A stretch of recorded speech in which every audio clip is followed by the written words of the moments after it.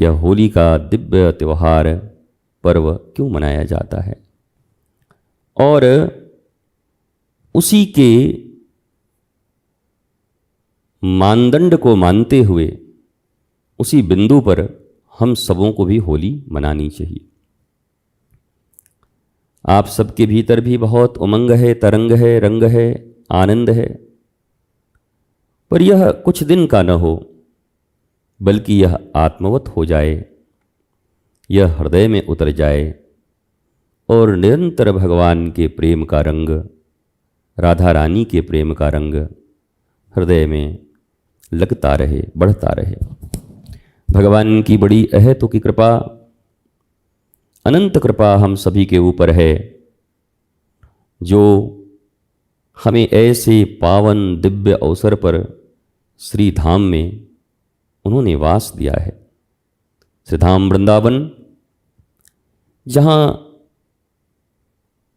उस द्वापर से ही कैसी दिव्यता के साथ भगवान श्री कृष्ण, किशोरी जी, गोपी ग्वाल, समस्त ब्रजवासी कैसा सुंदर होली मनाते हैं। कितने पद हैं, कितनी रचनाएं हैं, कितने भक्तों के जीवन का प्राण धन है ये फाल्गुन के पद, और हम सब उसी भूमि पर विराजित हैं। यह भगवान की बहुत बड़ी कृपा हम सबों के ऊपर है। आप सब भी होली के तरंग रंग में डूबे रहिए, खूब आनंदित होकर होली मनाते रहिए।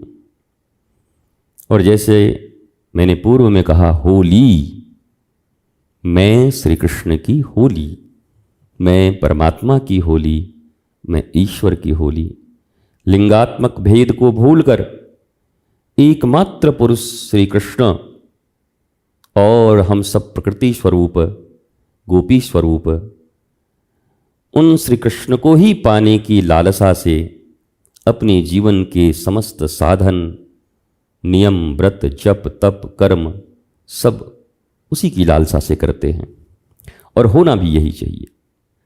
प्रत्येक कर्म का उद्देश्य ईश्वर को रिझाना, ईश्वर को पाना, और वह संभव है बोध से। भक्ति जैसे जैसे गहराती जाएगी, बोध बढ़ता जाएगा, ज्ञान प्रकृष्ट होता जाएगा, और भक्त और भगवान का भेद मिटता जाएगा, अभेद हो जाएगा। उन्हीं के रंग में बिंदु सिंधु की भांति हम सब मिल जाएंगे, एक हो जाएंगे। और यही जीव के जीवन का परम लक्ष्य भी है। खूब आनंदित रहें, प्रसन्न रहें, आह्लादित रहें। जीवन के जितने तनाव हैं, दुख हैं, जीवन की जितनी आपसी तनाव, आपसी कभी वो झगड़े लड़ाइयाँ लोगों के होते हैं, उन सब को होली में हम सब मिलके समाप्त करते हैं कि भाई इसको समाप्त करो, हटाओ, अब होली आ गई। हालांकि कहाँ समाप्त होता है, होली में कितने ऐसे लोग हैं भिड़ जाते हैं कि सालों भर फिर लड़ते रहते हैं, होली के दिन में ही लड़ जाते हैं।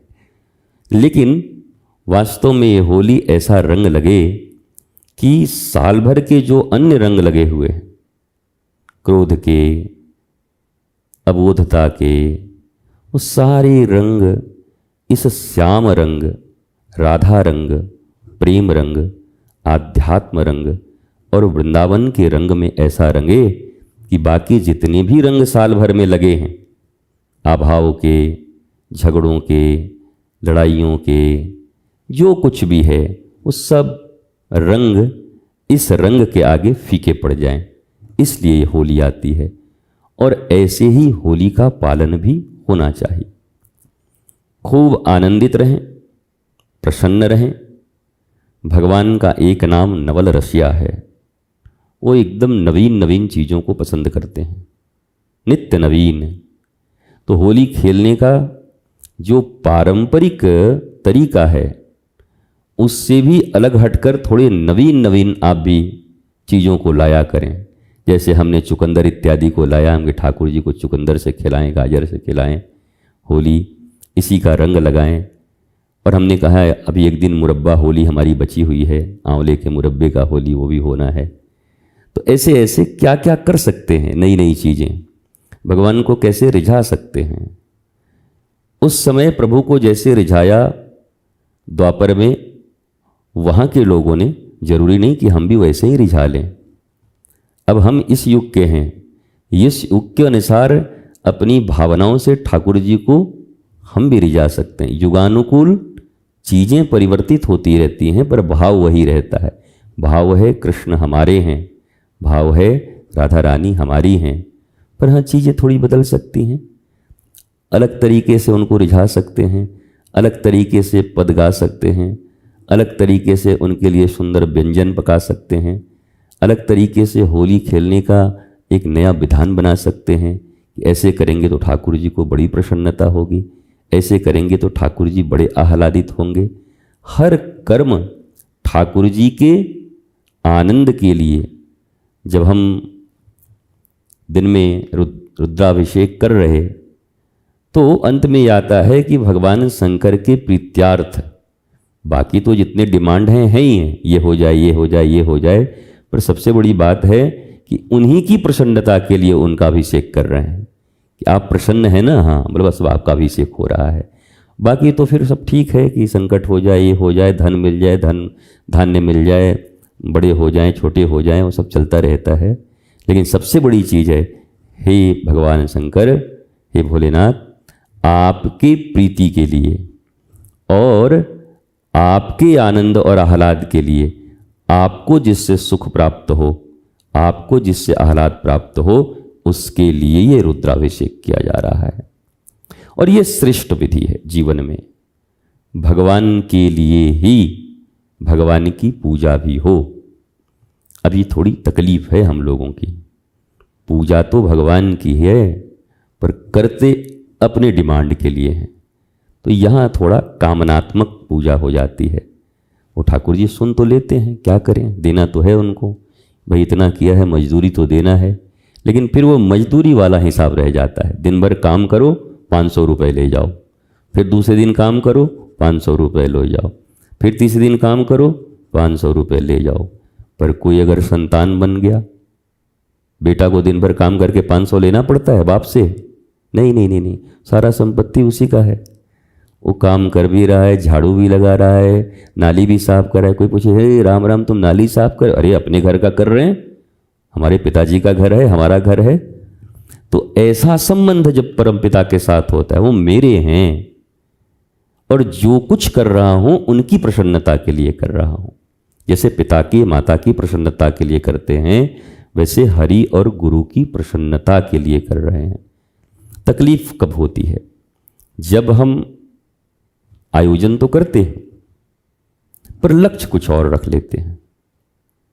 तो अब गीता का सिद्धांत यहां लागू होता है। कामना से की गई कोई भी पूजा, उपचार, विधि अगर पूर्ण नहीं हुआ तो क्रोध आ जाता है, अरे क्या फायदा इतना करने से। अब पूर्ण हो गया तो लोभ हो जाता है, 1 करोड़ मिला तो अगले बार 5 करोड़ के लिए करेंगे, तो लोभ बढ़ता जाता है। तो गीता की विधि के अनुसार कहते हैं निष्काम भाव से, प्रभु आपकी ये पूजा आप ही को समर्पित है, आप खूब प्रसन्न हो जाइए, खूब आनंद। प्रहलाद से भगवान ने पूछा, अच्छा प्रहलाद तुझे इतना कष्ट हुआ, इतना नारायण नाम लिया, अब कुछ वरदान मांग ले। जब आ गए, हिरण्यकश्यप इत्यादि का सब मामला समाप्त हो गया, तो प्रहलाद जी ने कहा कि क्या मांगूं मैं वर? आप आ गए, बहुत है, आनंद हो गया, आपके दर्शन हो गए। अरे बोला अभी छोटा है, ज़्यादा बड़ा बड़ा बात मत कर, मांग ले बोल रहा हूं तो। प्रहलाद जी बोले हम तो कुछ मांगते ही नहीं। अरे बोला मैं देवता हूं, मेरा काम है देना। तो प्रहलाद जी भी थोड़े मजाक के मूड में आ गए, अच्छा आप देवता हो तो मैं दैत्य हूं, दानव के घर में आया हूं। अब मजाक मत कर, छोटा बच्चा है, मांग ले कह रहा हूं। तब प्रहलाद जी ने कहा, हे प्रभु आप बार बार कह रहे हो मांग लो मांग लो मांग लो, इसका अर्थ ये है कि मेरे हृदय के किसी कोने में कोई कामना तो छिपी होगी, क्योंकि तुम अंतर्यामी हो। बार बार अगर कह रहे हो मांगने के लिए तो कहीं ना कहीं कोई कामना होगी। तो प्रहलाद जी ने कितना सुंदर वर मांगा, आपको पता है?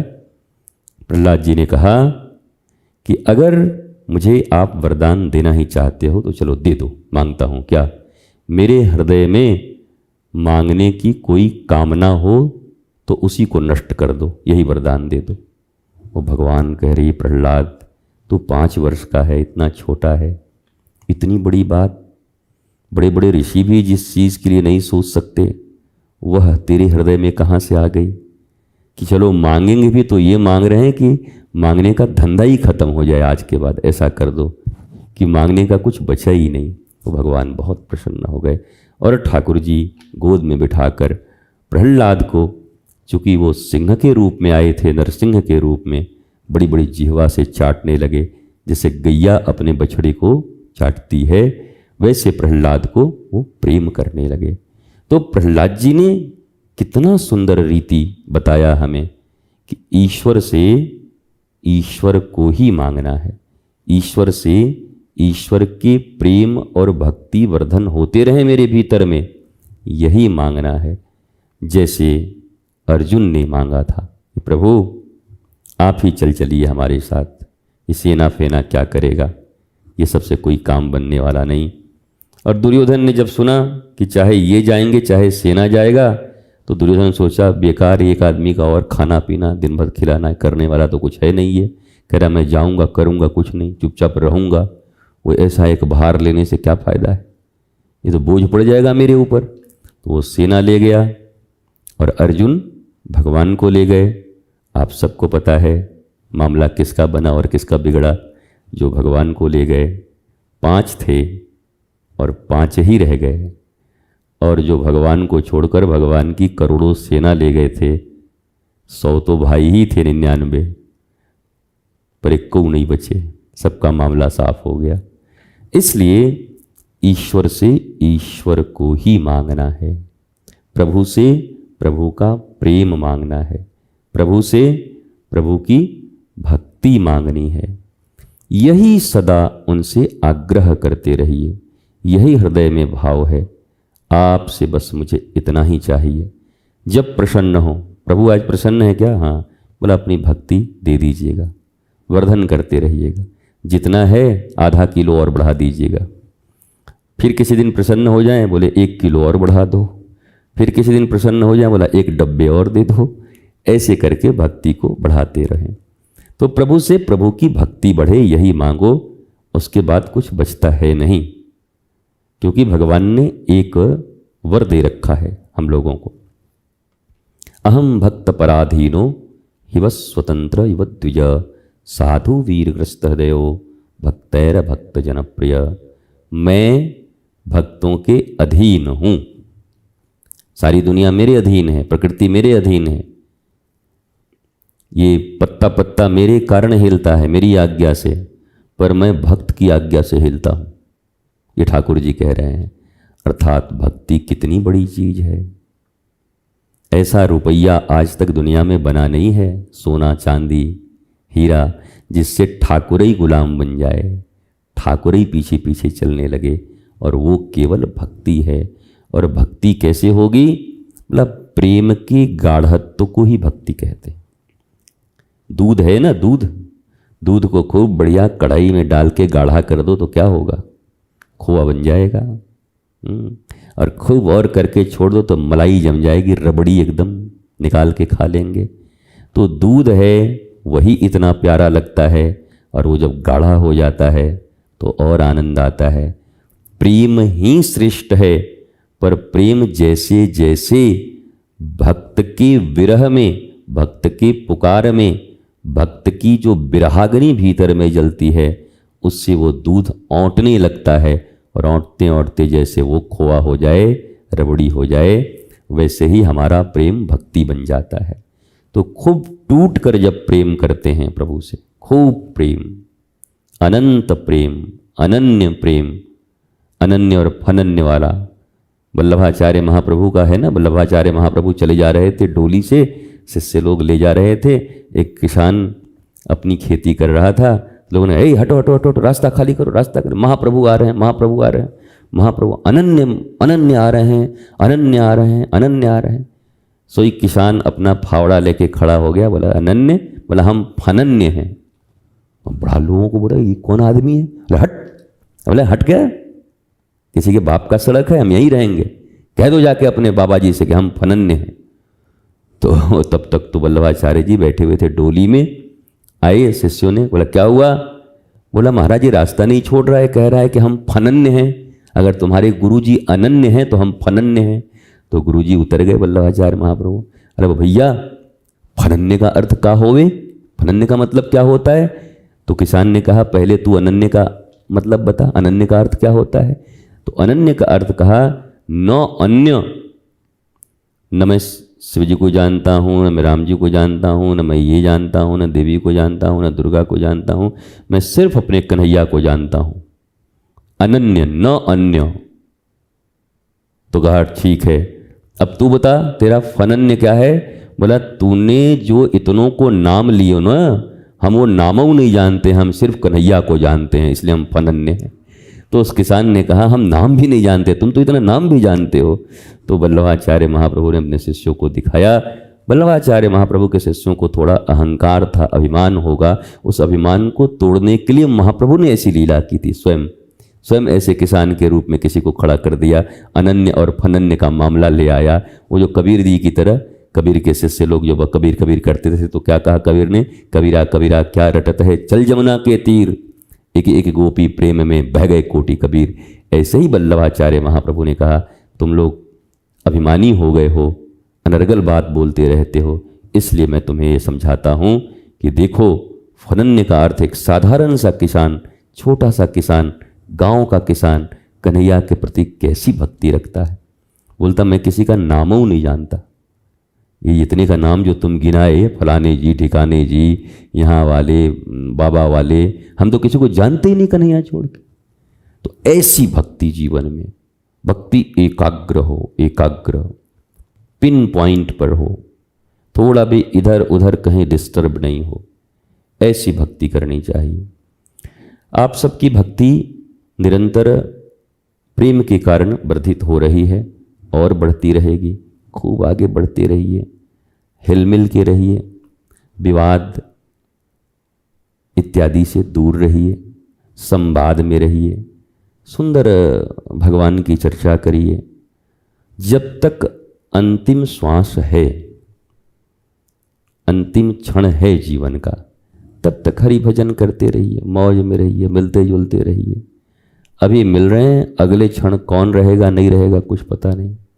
कई बात का उससे दुश्मनी, किस बात के लिए किसी से आपका वो तनाव, किस बात के लिए किसी के बात को हृदय में रख करके अच्छा हम उसको बताएंगे, क्या बताएंगे, क्या करेंगे।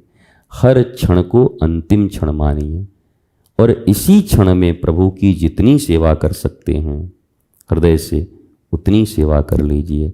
यह कली काल है, इस कली काल में अनंत अनंत उपाय हैं जो आपको भगवान से दूर कर दें।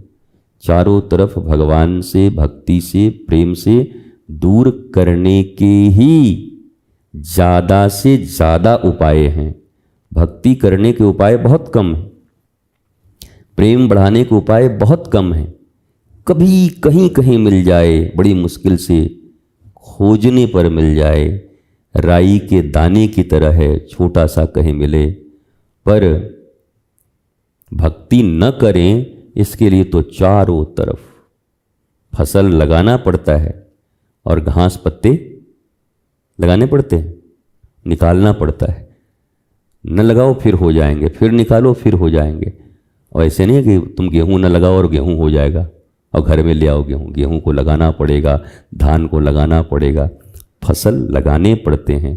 पर ये खरपतवार लगाने तो डिस्टर्ब करने वाले जितनी चीज़ें हैं उसको लगाना नहीं पड़ता, वो चारों तरफ मिलेंगे, कदम कदम पर मिलेंगे। पर प्रेम बढ़ाने वाली चीज़ें आपको परिश्रम से करनी पड़ेगी, आपको एकाग्रता के साथ लगना पड़ेगा। और यही बात जिसके समझ में आ जाती है तो उसका प्रत्येक प्रयत्न प्रभु से प्रेम करने के लिए होता है, ईश्वर से प्रेम करने के लिए होता है। न करने के लिए तो कोई प्रयत्न करना ही नहीं है। इतना कारण है कि न करो, 24 घंटे कारण है तुम्हारे पास, न करो।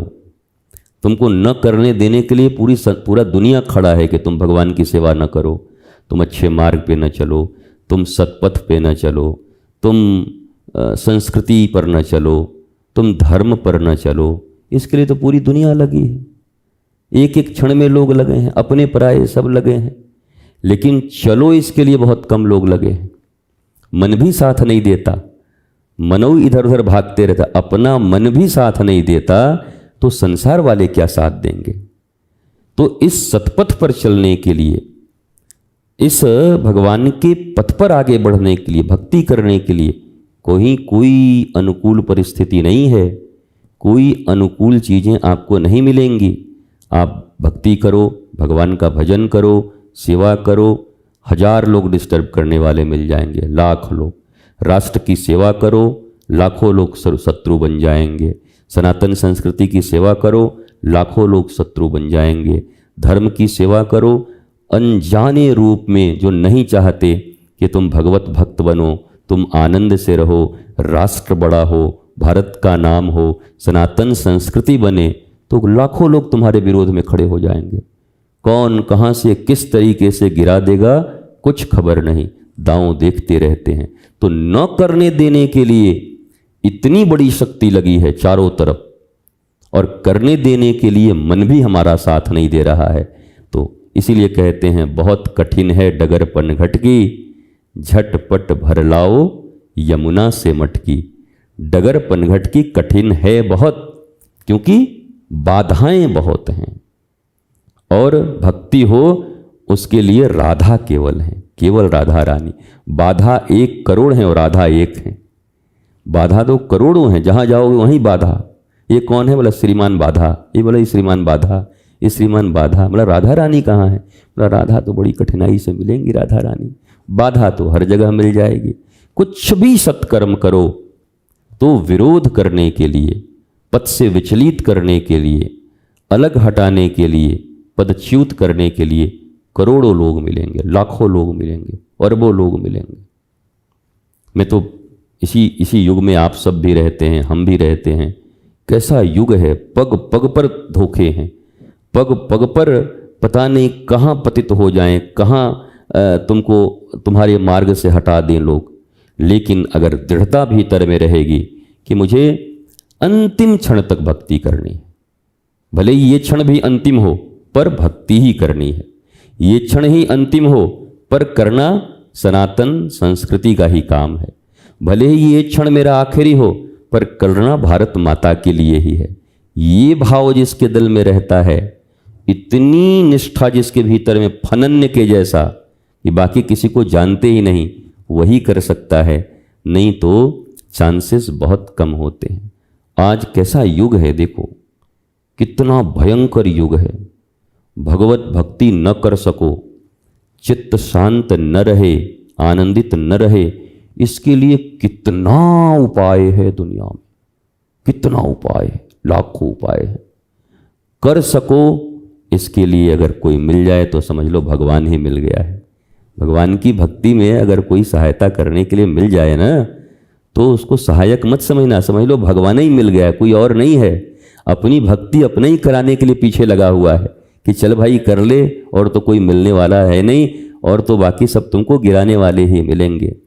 तो झूठ, कपट, बेईमानी, व्याभिचार, पता नहीं क्या क्या कैसा युग आ गया है, और इतना एडवांस युग आ गया कि इतनी सब इंद्रियां चंचल हैं लोगों की। आँख चंचल, कान चंचल, जिह्वा चंचल, इतने वस्तु हैं, इतना ज़्यादा एडवांस चीज़ों का रोज नई नई चीज़ें बन रही हैं। अब बताओ, अब AI बन गया, आर्टिफिशियल कंप्यूटर साइंस बन गया, आर्टिफिशियल इंटेलिजेंस बन गया। पहले कभी जीवन में जैसा फोटो खींचते थे वैसा ही फोटो पेड़ के पास खिंचवाओ। अभी तो तुम पेड़ के पास खिंचवाओ और कंप्यूटर में पहाड़ के पास बनवा लो उसको, पीछे पहाड़ आ जाएगा। यहाँ गांव में फोटो खिंचवाओ, लंदन पीछे लगवा दो, कोई दुनिया में पकड़ नहीं सकता कि लंदन नहीं गए थे। बोला अभी गए थे ना परसों, एफिल टावर से आ रहे हैं पेरिस से, वहाँ पूरा बिल्कुल जैसा का तैसा बन जाएगा। इतनी एडवांस दुनिया हो गई है। सब कुछ फेक है, सब कुछ भी ओरिजिनल मिलने की संभावना नहीं। ओरिजिनल तो केवल ठाकुर जी हैं, भक्ति है, प्रेम है, और वो जिसको मिल जाए उसका जीवन शुद्ध विशुद्ध हो जाता है, आनंदित हो जाता है। हम कई बार मिलते हैं, कई बड़े बड़े लोगों से मिलना होता है, संगठन के लोगों से मिलना होता है। सब कहते हैं गुरुजी बड़ी कठिनाई है जीवन में चलना, बहुत कठिनाई। जैसे मार्ग पर आगे बढ़ते हैं 1000 लोग गिराने के लिए पहुंच जाते हैं। जैसे ही कहीं सुंदर मार्ग मिला, भगवान का मार्ग मिले, सत का मार्ग मिले, राष्ट्र का मार्ग मिले, सनातन, गिराने वाले पहले 1 लाख मिल जाते हैं। झूठ बोल के, जैसे करके, षड्यंत्र करके आपको गिरा देंगे, खत्म कर देंगे। इसलिए एक एक क्षण बड़ा कीमती है। किस क्षण क्या हो कुछ पता नहीं है, तो इस क्षण को क्यों बर्बाद करें। आज जो राधा रानी ने क्षण दिया रंग भरी एकादशी को होली खेलने का, इसको क्यों बर्बाद करें।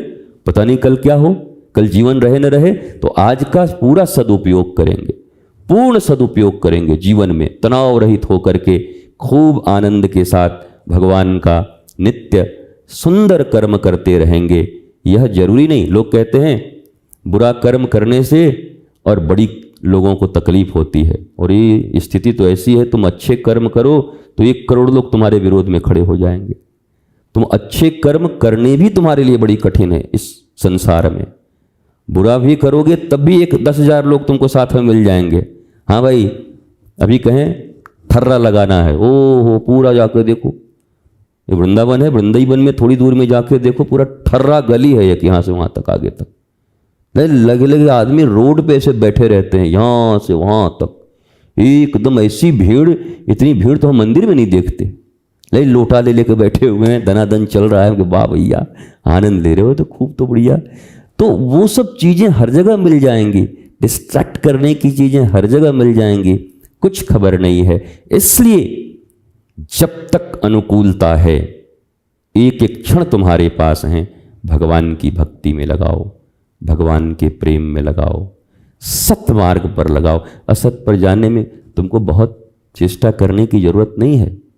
वो कैसा है, बचपन में उस स्लीपर नहीं खेलते, ऊपर चढ़ने में दिक्कत है सीढ़ी से, और चढ़ के फिर सुर नीचे गिर जाते हैं। बच्चे लोग जाते हैं ना, मम्मा पापा पापा आप चढ़ा दो, चढ़ा दिया पापा, और वो सर से फिर नीचे चला गया।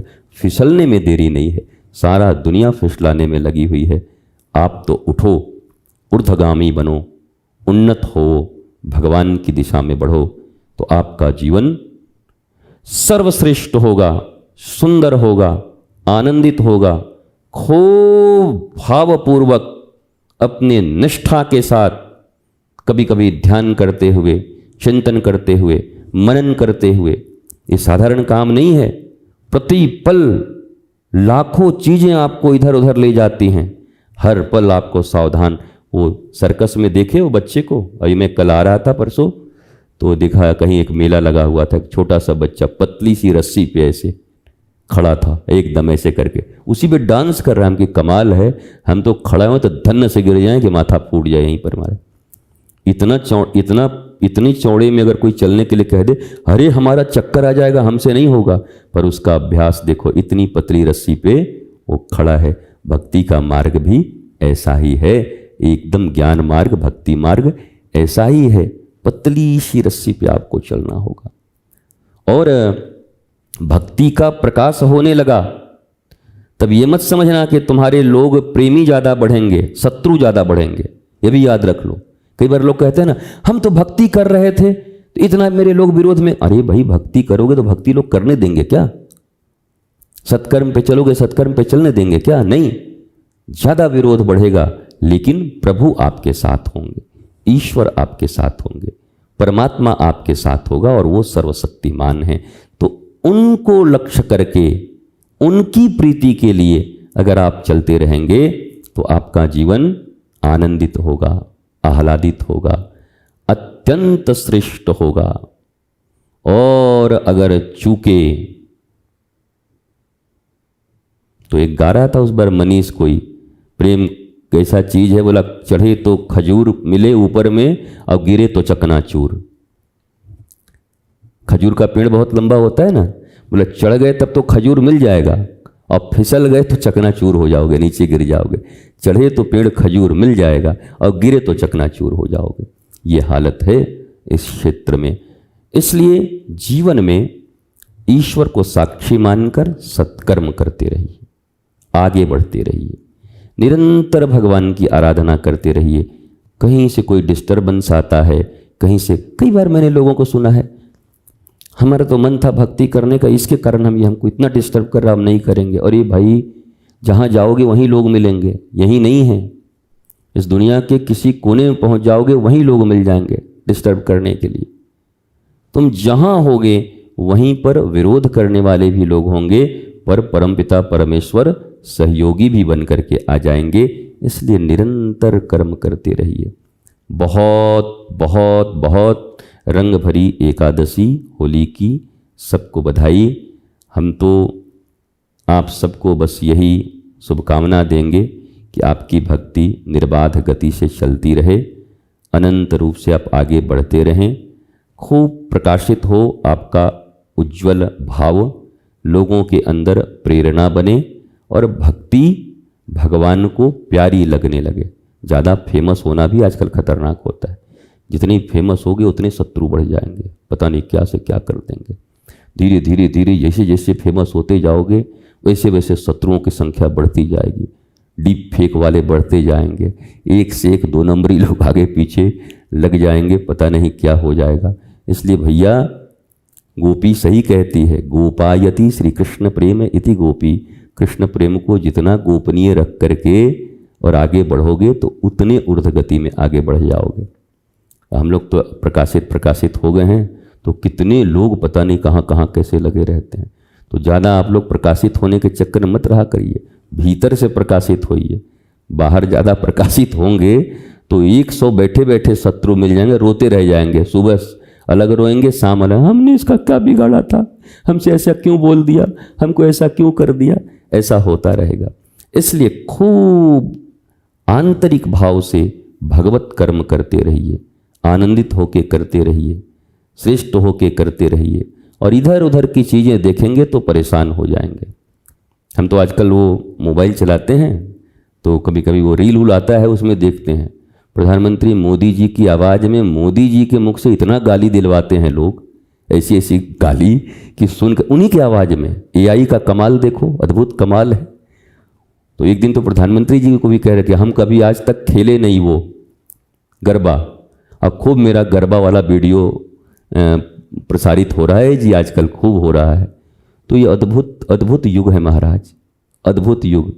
तो या तो वही वाला भक्ति कर लीजिए, वो गा हो रहा है और बैठ करके, जैसे देबू था वहाँ पर शिवरी नारायण में, तो गाता कोई और था, पीछे बैठ करके देबू माइक ले करके पूरा ऐसे ऐसे करते हुए सारा दुनिया जानता था कि देबू गा रहा है, और उसका आवाज़ कौवे की तरह था। वो तो ऐसे लेकिन अब तो वो भी नहीं है। अब तो आर्टिफिशियल इंटेलिजेंस ऐसा है कि बिल्कुल आपके ही आवाज़ में बिल्कुल सुर निकाल देगा, सब कुछ निकाल देगा, कुछ खबर नहीं है। इतना इंटेलिजेंस बढ़ गया है जीवन में। पर ये सतमार्ग की ओर चले, भगवान के मार्ग की ओर चले, तो जल्दी हम लोगों की भक्ति के लिए अच्छा होगा, राष्ट्र प्रेम के लिए अच्छा होगा। पर ये अगर विपरीत मार्ग में चला तो पता नहीं कितना नाश कर देगा, क्या कर देगा। हमको एक बार राठौर जी मिले थे, वो जो करनी सेना वाले हैं, बोले हमारे कितने अच्छे अच्छे सब बड़े बड़े लीडर कार्यकर्ता, उनका ऐसा ऐसा कोई बना देता है, कोई वीडियो बना देगा, कोई उनकी आवाज़ निकाल देता, एकदम ऐसा निकाल देगा सेम टू सेम कि ताकि वो उस पथ से हट जाएं, उस पथ पे न चल सकें, उस पथ पर काम न कर सकें, राष्ट्र पथ पर काम न कर सकें, भगवत पथ पर काम न कर सकें। तो विज्ञान ज्ञान के लिए सहायक भी है और विज्ञान ज्ञान के लिए कभी कभी अगर उल्टे लोगों के हाथ में पड़ जाए तो घातक भी है। परमाणु से बिजली भी पैदा हो सकती है, पर वही परमाणु अगर आतंकवादियों के हाथ में पड़ गया, आज तो है ही पता नहीं कहाँ कहाँ है, कोई विश्व सुरक्षित थोड़ी है। अरे जिनके हाथों में वो है, एक आदमी का सिर जहाँ फिरा, एक आदमी का, और बटन दबाया तो पता नहीं कितने करोड़ लोग पलक झपकते साफ हो जाएंगे, नष्ट हो जाएंगे। ये है विज्ञान का चमत्कार। तो विज्ञान अभिशाप भी है और वरदान भी है।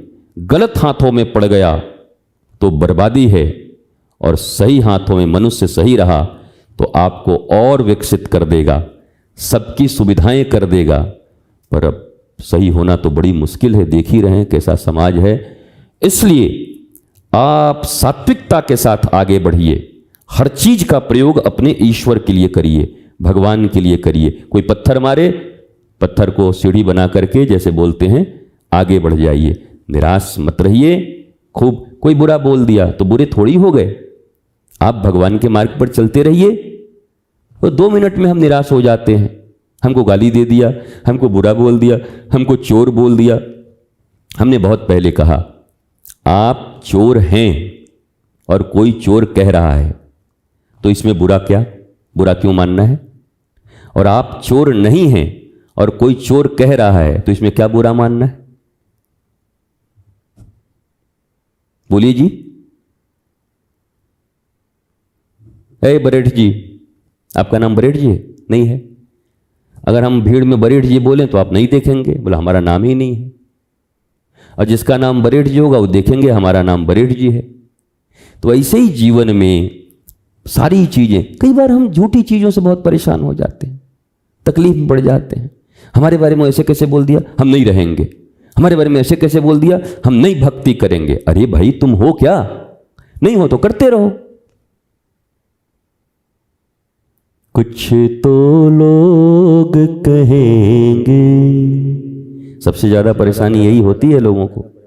लोगों का काम है कहना, छोड़ो बेकार की बातों में, कहीं बीत न जाए रहना। कुछ तो लोग कहेंगे। तो इससे कम से कम वंचित रहिए। अपने मन को सात्विक रखिए, शुद्ध रखिए, बढ़ते रहिए। कोई बगल से गाली दे कोई फर्क नहीं, ताली दे तब भी कोई फर्क नहीं, दोनों खतरनाक हैं। ताली वाले भी भूत हैं, चढ़ बैठेंगे, और गाली वाले भी भूत हैं, चढ़ बैठेंगे। आप तो अपने सतपथ पर चलते रहिए। अगर तालियों के चक्कर में पड़ गए तो ये अपने जैसा बना लेंगे आपको, और गालियों के चक्कर में पड़ गए तो भी अपने जैसा बना लेंगे। तो गाली दे तो हम भी गाली देंगे, तत तेरी हो गया, अपने जैसा बना लिया वो। आप तो सतपथ पर चलते रहिए, भगवान की निगाह में स्वच्छ रहिए, सुंदर रहिए, आगे बढ़ते रहिए। कोई चिंतन मत करिए, एक ही पथ है, ईश्वर का पथ है, एक ही पथ है, आनंद का पथ है, एक ही। कोई कुछ भी कहे, कोई कुछ भी करे, आप अपने मार्ग पर बढ़ते चले। अभी तो वो तो हमारी पुराना जमाना था हम लोगों का कहा कही वाला, तो कह दिया तो बुरा लग गया, वो बोल दिया तो बुरा लग गया। अब तो इतनी एडवांस टेक्नोलॉजी है कि पता नहीं क्या हो जाएगा। कल कैसा वीडियो बना देंगे बरेठ का, कुछ पता है? बरेठ बोलेगा अरे ये क्या है? बोला देखो AI का कमाल। हे भगवान अब मैं डूब मरूंगा। काहे को डूब मरोगे? बनने दो, तुम अपने काम में लगे रहो। कल तुम्हारा कोई तुम्हारी आवाज कोई निकाल के कोई कुछ बोल दे कल तुमको, हम तो अब डूब मरे, तुम काहे को डूब मरोगे? तुम निश्चिंत होकर आगे बढ़ते रहो, प्रभु के कार्य में आगे बढ़ते रहो, निरंतर आगे बढ़ते रहो।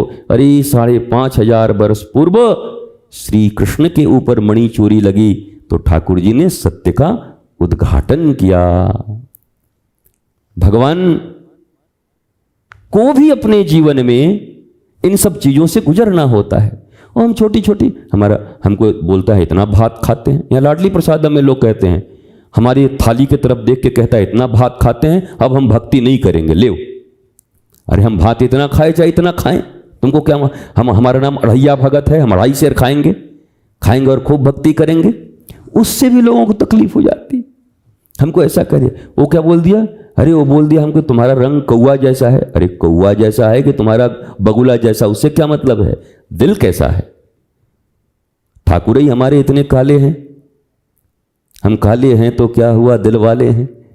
तो वो कोई भाव ही मत रखिए ऐसा, किसी से कोई ऐसा आशा ही मत रखिए।